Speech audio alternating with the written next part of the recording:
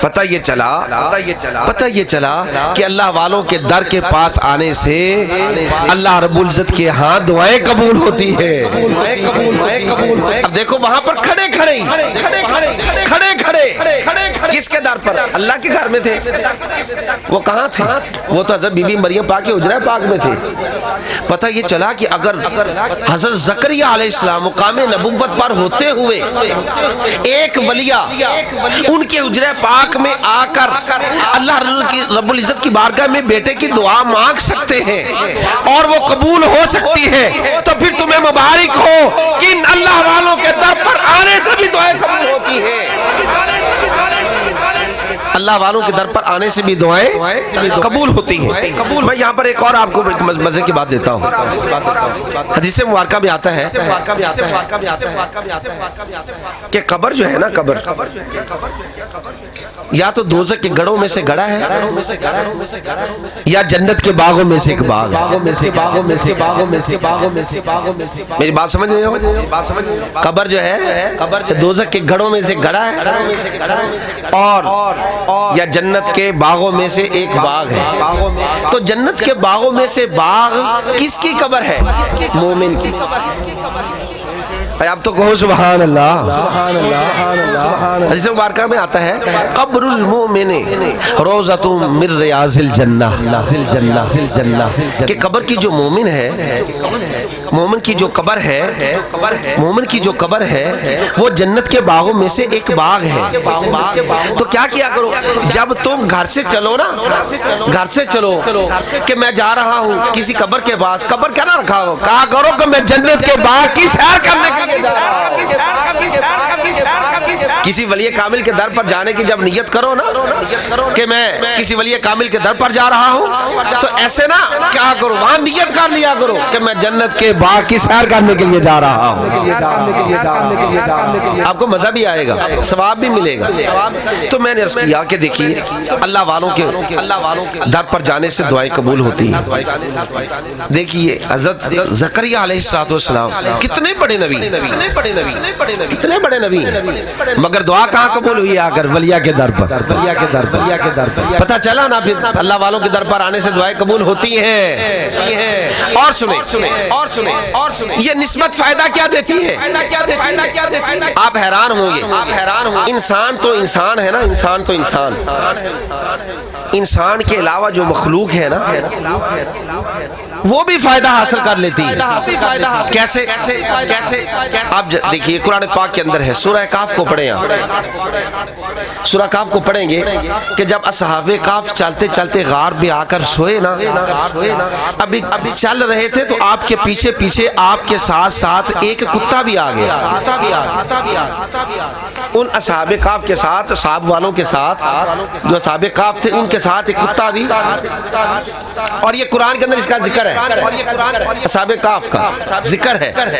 اچھا وہ اس کو مارتی ہیں، جا چلا جا، جا چلا جا، جا چلا جا، بھاگ جا، وہ اس کو مارتی ہیں، جا بھاگ جا، مگر وہ کہتا ہے جو مرضی کر لو، اب میں نے تمہارے ساتھ سنگت اختیار کر لی ہے، اب میں نے تم کو چھوڑنا نہیں ہے، اب میں نے چھوڑنا نہیں ہے، میں نے تمہارے ساتھ ہی رہنا، جتنا مرضی کچھ کرو۔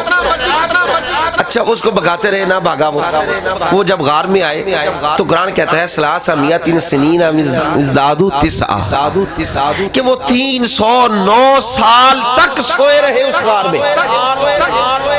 کتنے؟ 309 سال تک سوئے رہے۔ تو غار کے باہر جو کتا تھا وہ بھی ان کے ساتھ سویا رہا، تو کتا بھی سویا رہا۔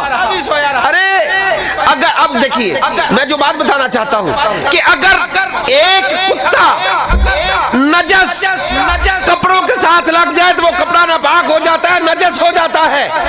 وہ اگر اللہ والوں کے ساتھ جڑ جائے تو اس کا ذکر قرآن میں بھی آ جاتا ہے۔ آپ اللہ والے ہو، آپ اللہ کے بندے ہو، جب تم اللہ والوں کے ساتھ سنگت اختیار کر لو گے، اگر کتا فائدہ لے کر جنت میں جائے گا، اگر کتا فائدہ لے کر ان اصحاب کے ساتھ جنت میں جائے گا، تو یاد رکھو تم جب اللہ والوں کے ساتھ، اللہ کے ولیوں کے ساتھ سنگت اختیار کر لو گے تو اللہ رب العزت ان کے ساتھ ہمیں بھی جنت میں بھیج دے گا۔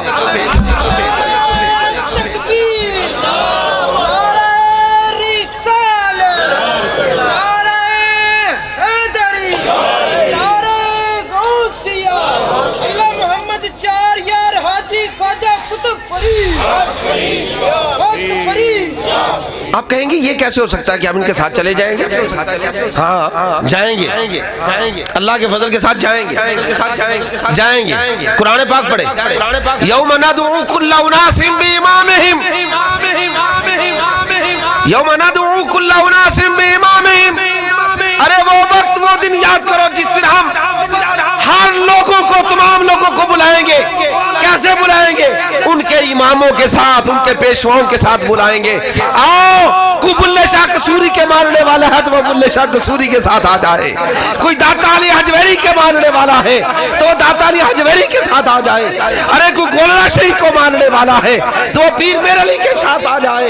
ارے کوئی بابا فرید الدین گنج شکر کے ماننے والا ہے تو وہ ان کے ساتھ آ جائے۔ کوئی خواجہ غریب نواز کا منتا ہے تو وہ ان کے ساتھ آ جائے۔ ہاں کوئی پیر علی حسن درویش کے مانگنے والا ہے تو وہ اس کے ساتھ بھی آ جائے۔ یوم ندعو کل اناس بامامہم، ان کو ان کے اماموں کے ساتھ، ان کے پیشواؤں کے ساتھ بلایا جائے گا۔ ایک میں آپ کو بڑی مزے کی بات سناتا ہوں۔ صحابی آئے حضور صلی اللہ علیہ وسلم کے پاس، حضور ڈر بڑا لگتا ہے، بڑا ڈر لگتا ہے، حضور بڑا روتا ہوں۔ حضور فرماتے ہیں بھائی کیا بات ہے، کیوں روتے ہیں؟ کیا بات ہے، کیوں روتے ہیں، کیوں پریشان ہوتے ہیں؟ حضور میں پریشان اس وجہ کے ساتھ ہوتا ہوں کہ کیا بنے گا کہ جب آپ آخرت کے روز جنت میں حضور بڑے اعلیٰ مقام پر ہوں گے، آپ اعلیٰ مقام پر ہوں گے اور میں گناہگار کہاں ہوں گا؟ حضور میں کیسے آپ کو پاؤں گا؟ حضور میں اس بات سے ڈرتا ہوں، بڑا پریشان ہوتا ہوں، خوف، بڑا خوف ہے، بڑا ڈر ہے۔ میرے کریم آقا فرماتے ہیں پریشان ہونے کی ضرورت نہیں ہے، جس کے ساتھ تیری سنگت ہے اسی کے ساتھ ہی تو جنت میں جائے گا۔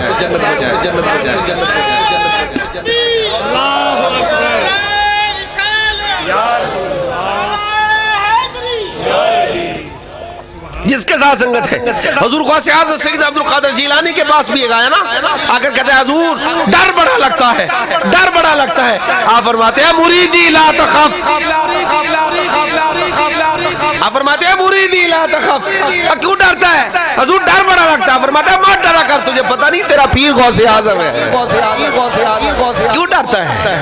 تجھے پتہ نہیں تیرا پیر غوث اعظم ہے۔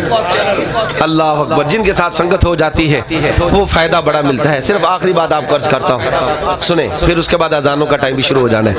کہتے ہیں حضرت رابعہ بصریہ رحمت اللہ تعالی علیہ، آپ کا وصال جب ہو گیا نا تو آپ کا جنازہ پڑھنے کے لیے لوگ سارے آ گئے، جنازہ پڑھیں، اور جنازہ پڑھنے کے بعد حضرت بی بی بھائی رابعہ بصریہ صاحبہ رحمت اللہ تعالی علیہ آپ کی تدفین ہو گئی۔